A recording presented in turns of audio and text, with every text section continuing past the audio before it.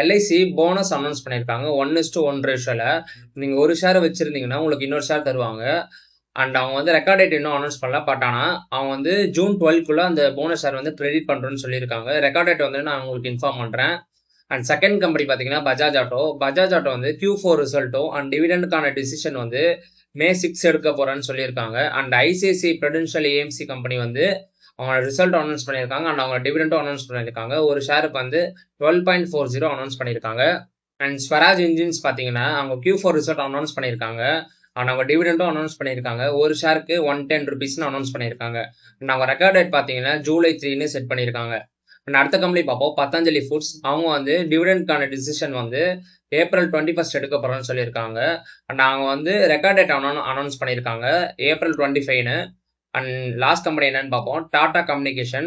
April 22 அன்னைக்கு அவங்க Q4 ரிசல்ட்டும் plus அவங்க டிவிடெண்ட் பத்தி டிசிஷன் வந்து அன்னைக்கு தான் எடுக்க போறோம்னு சொல்லியிருக்காங்க. ஆனா இந்த வீடியோல சொன்னது எல்லாமே ஒரு இன்ஃபர்மேஷன் பர்பஸ் தான். நீங்க ரிசர்ச் பண்ணி அனலைஸ் பண்ணி நீங்க இன்வெஸ்ட் பண்ணுங்க. ஆர் இந்த இன்ஃபர்மேஷன் நீங்களும் ஒரு வாட்டி சர்ச் பண்ணி கன்ஃபார்ம் பண்ணிக்கோங்க.